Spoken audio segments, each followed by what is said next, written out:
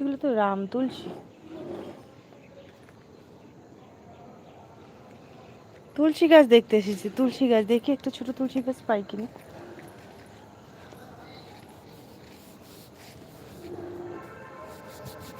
উরি বাবা, ঠান্ডা তো ভালোই লাগছে গো।